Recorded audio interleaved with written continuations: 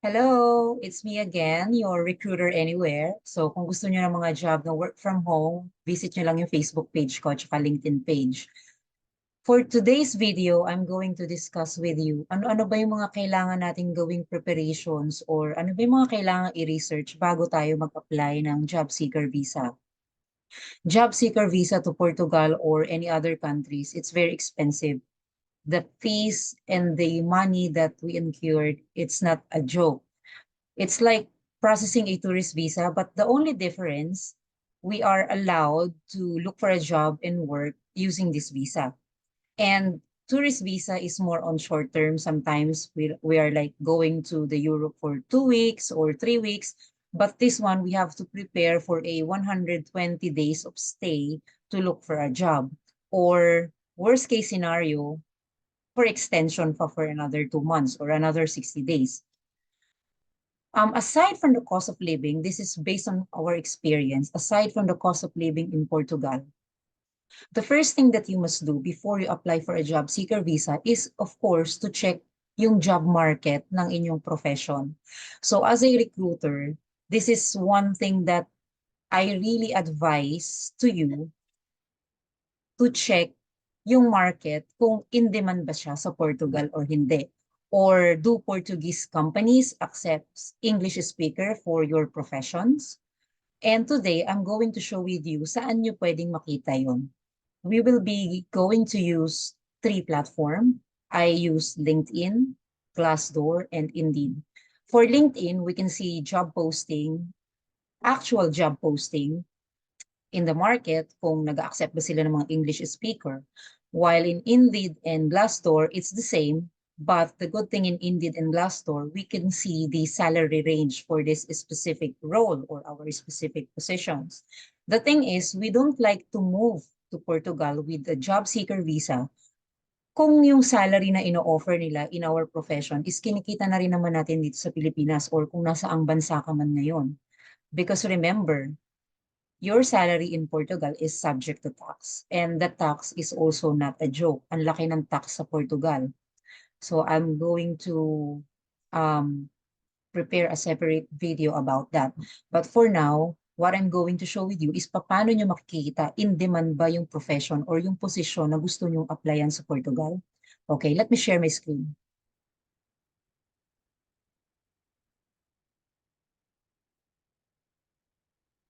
All right, so nandito tayo ngayon sa LinkedIn, and if you are opting to go to Portugal or applying for a job in any other country, I suggest to create a LinkedIn account. It's very simple. It's like a Facebook or a Instagram or Twitter. It's a social media platform, but this is more on professional social media platform. So you can see here the CEO are posting, engaging, the recruiters are looking for a job, and even recruiters could headhunt you using this platform. It happens a lot of times that recruiters will approach you if you have the right skill set and you are in demand. So in the LinkedIn page, all you need to do is to search your profession. So for example, your profession is recruiter. I'm going to use this and then select this jobs.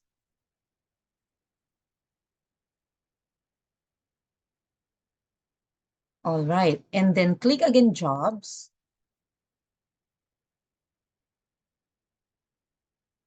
And make sure to change the location to Portugal, or even you could include city if you want to look for a job in Algarve or in Porto, then you can do that as well.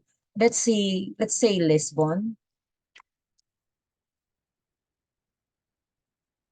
Now LinkedIn will going to give us the filter of all the job vacancies. This is actual vacancies that happening right now in Lisbon, Portugal. So as you can see here, there is like contract technical recruiter. So initially, what you wanted to check here is yung profession bang sinesearch natin is nag-accept ba sila ng English speaker? Okay, so actually, once we click this one, you can see naman dito sa ibaba yung requirements. So, yan, recruiting prodigy, yung experience, ayan, nakalagay English speaking. So, it's not even required to have, someone Portuguese speaker. So, naka-specify siya. So, dito pa lang sa LinkedIn, makikita nyo na kaagad kung yung profession nyo ba, tumatanggap yung mga companies ng English speaker or hindi. Because otherwise, kung ang makikita nyo sa mga job posting ay they want someone who could speak Portuguese, German, or French, then maybe Portugal's job seeker visa isn't for you. Let's see the other job posting. For example, this senior technical recruiter. Check natin yung requirements. So far, wala ring masyadong requirements about the language. As you can see here, this is an exceptional English communication. So both written and oral English communication is essential, but still, hindi nila sinabi na kailangan nila ng someone na Portuguese speaker or German speaker.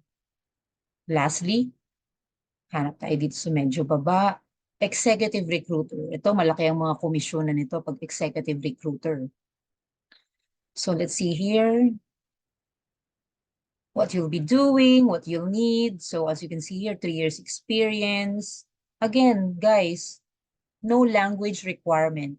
So this what makes me decide to go to Portugal to look for a job because nakita ko na yung profession ko is hindi naman sila nagre-require ng English, ng Portuguese speaker. Before, may mga nakikita akong mangilan-ngilan na nagre-require ng at least can speak like German and English, pero palaging nandoon yung English. You know why? Because Portugal now is becoming a startup hub, especially for IT companies. And most of these companies, meron yung mga foreign investors. And foreign investors, of course, they wanted to hire someone outside Portugal and work remotely. And these are foreign candidates as well, foreign applicants. So someone has to be, great in English or could communicate clearly in English. So this is also one of the reason bakit hindi ko pinili ang Spain sa job seeker visa. Kasi nung nag-check ako ng mga job market in my profession, palaging required ng Spanish speaker. So it means mas mababa ang chance ko makakuha ng work doon. Otherwise, mag-change ako ng career or hindi yun ang tatrabahuhin ko. Gusto ko i-practice yung profession ko. So this is LinkedIn. So dito sa LinkedIn, napakabihira na nilalagay yung salary range. Hindi natin yan makikita dyan. But here in Glassdoor, there is actually a salary range. But however, we cannot guarantee that this is accurate because range lang siya. Hindi siya yung actual. At yung salary range ay depende yan sa industry. So for example, recruiter. Iba yung salary ng executive recruiter sa, let's say, internal recruiter. So yung mga internal recruiter, ito yung mga nag-work as HR sa isang company. And executive recruiter, ito yung mga nag-work sa mga recruitment agency. So most likely, nung nag-search ako ng salary market, medyo maliit yung salary. Pero kasi, yung mga ganong executive recruiter naman, bumabawi sa commission. So maliit pero may mga commission, tsaka mga bonus yan kapag na-achieve yung target. And you can use Glassdoor if you want to search your salary bracket in Portugal. Bakit kailangan yung i-search yung salary? Kasi what if nga, yung kinikita nyo sa Pilipinas is kikitain nyo rin sa Portugal minus tax. Right? So for example, um, yung salary nyo dito sa Philippines is 100,000 na, and then yung offer sa inyo sa Portugal is 100,000. But i-compare nyo naman yung tax deduction sa Portugal dito sa Pilipinas. Plus magbabayad kayo ng rent sa Portugal. Sabihin na natin ang rent doon ay 300 euros per month. So magkano na lang yung matitira sa... So kailangan yung i-consider yon, yung mga ganong factor. So dito lang, punta kayo dito sa salaries. Ayan siya. So piliin natin yung location.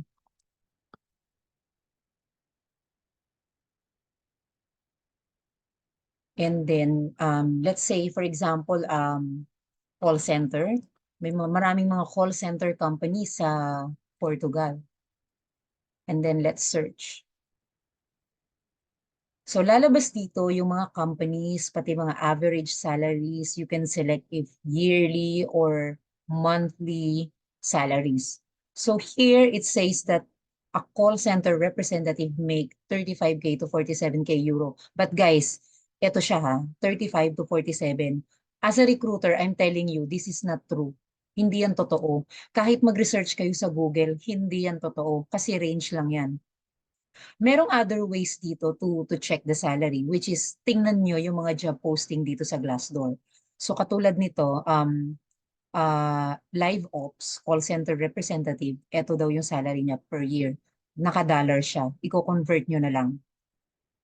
Hindi ko alam kung bakit ito naka-dollar. So may mga ganyan, pwede nyo yung i-check. Or pwede naman kayong pumunta sa companies mismo and then i-search nyo yung mga target companies na gusto nyong applyan sa Portugal.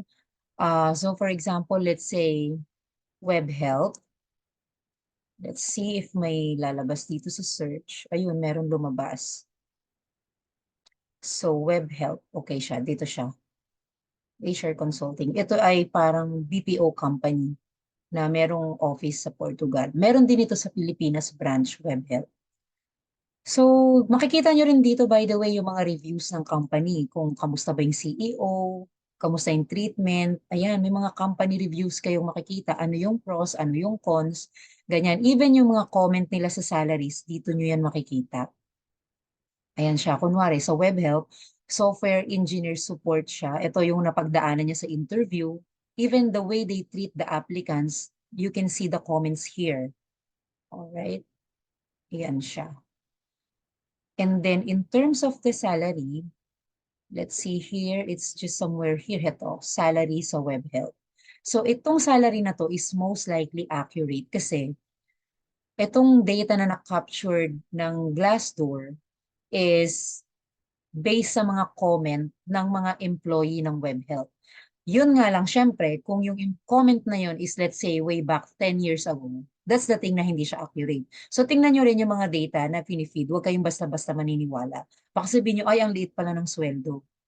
Yung pala naman, yung data na nag-gather nila is let's say 8 years to 10 years ago. So hindi na siya reliable, di ba? Especially now, ang minimum wage na sa Portugal is 820 euro. Okay. So here the salary, yan. Sa salary makikita nyo, naka-generalize siya sa customer service. So merong nag-input na 25 salaries. Merong, ayan din, 9 salaries. Sa education naman, content moderator, social media, sa WebHelp, ito yung salaries. Kasi WebHelp is a BPO company eh. So nag-offer sila ng iba't ibang services. Merong customer service, merong sales, merong content creation or social media management, information technology, and so on, a lot of things. So pag clinic nyo yan, so for example, for social media content moderator, lalabas dito yung mga salary na in-input ng existing or previous employee nila. So ang sabi, ang pay daw is ganyan. So nakikita nyo, check nyo rin maigi yung location pag, yan, pag enter. So you can select the country. So walang Portugal, it means itong posisyon na to hindi existing sa WebHelp Portugal. Maybe we would like to check the customer service representative again. Let's check. Okay. Let's click view more.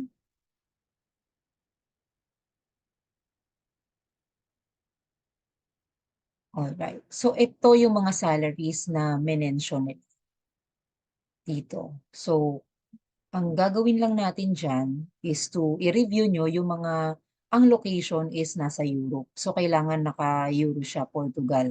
Minsan naman may specific ito. Pwede natin siyang i-check dito, Portugal. Ayan,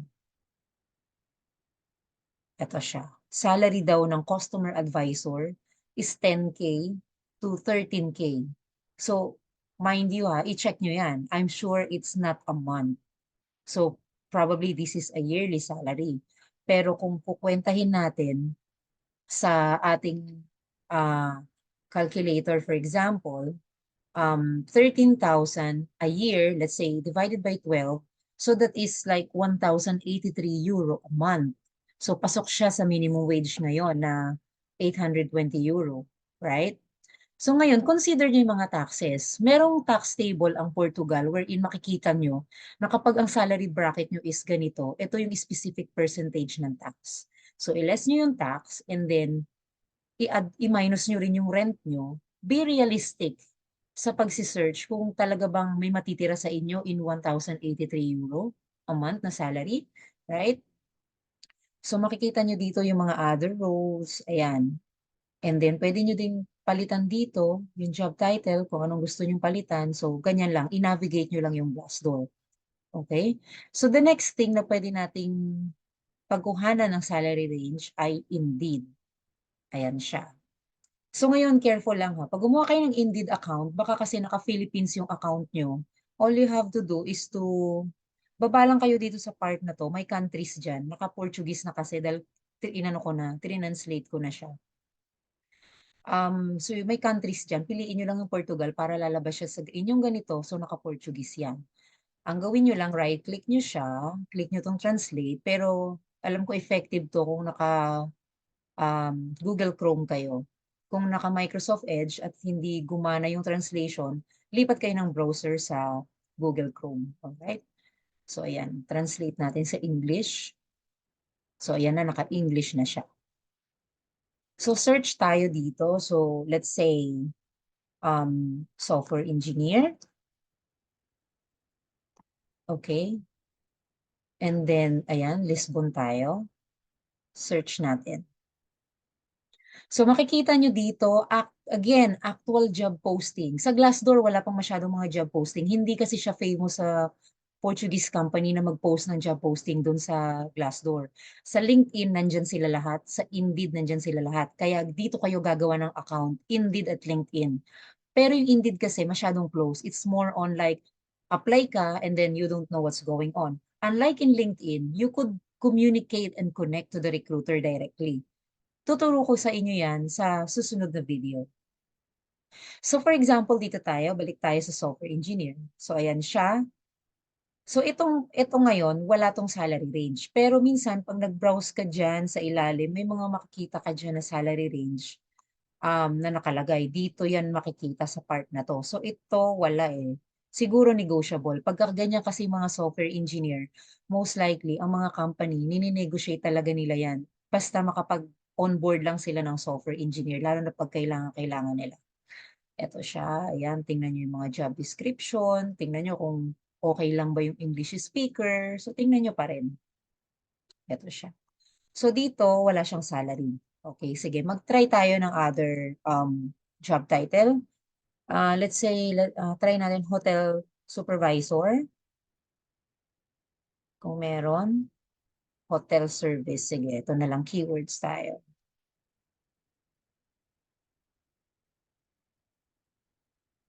Okay, so ito yung mga vacancy sa hotel. Translate lang natin ulit sa English.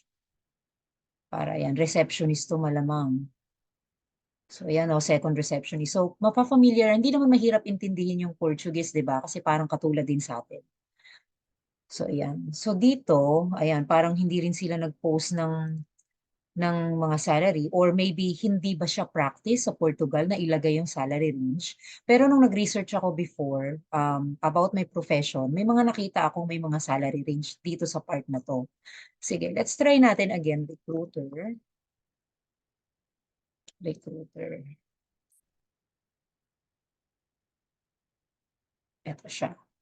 So, ayan, mga naka-Portuguese. Pero ibig sabihin nito, ayan, siya nag-translate na siya, Emma.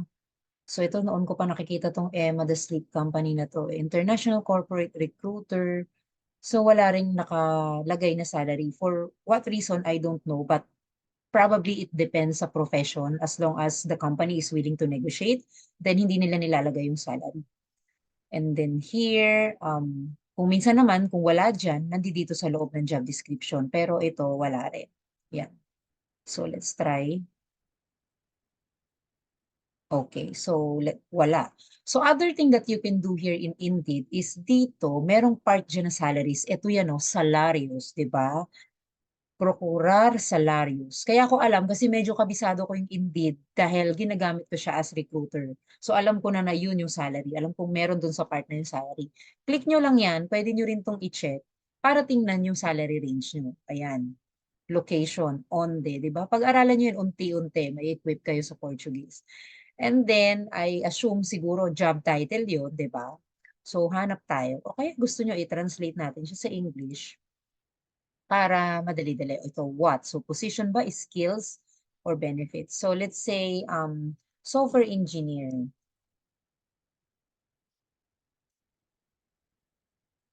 So, walang lumalabas na software engineer. Okay, ito, software architect. Sige, try natin yan.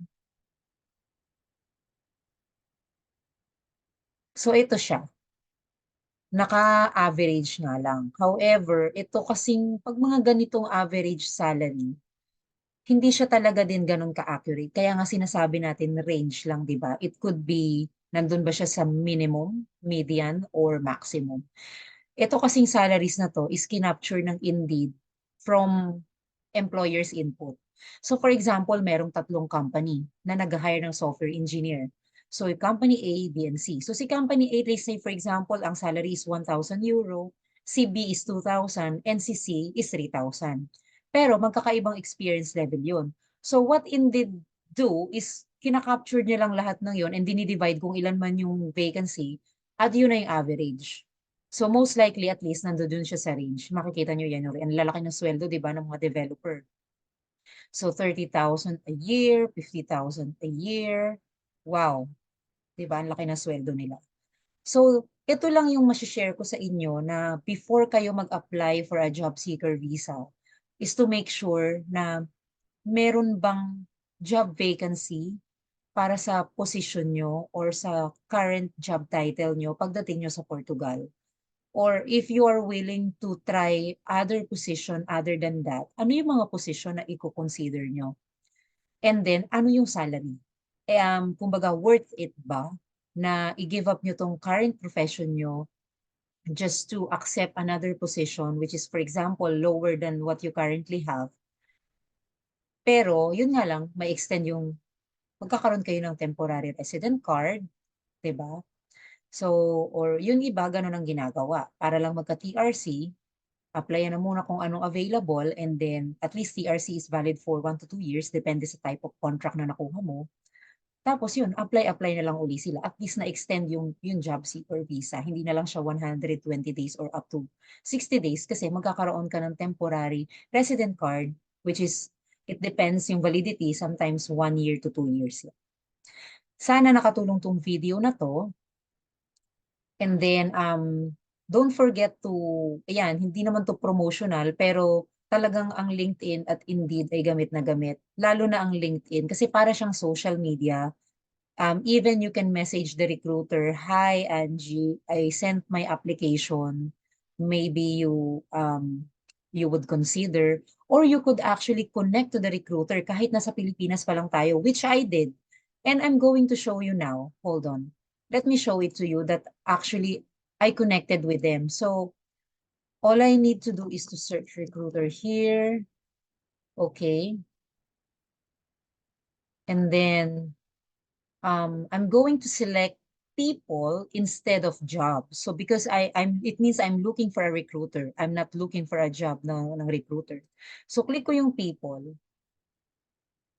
And then i-click ko yung first connection. Pag sinabing first connection sa LinkedIn, ibig sabihin friends kami. Parang ganun kumbaga sa Facebook.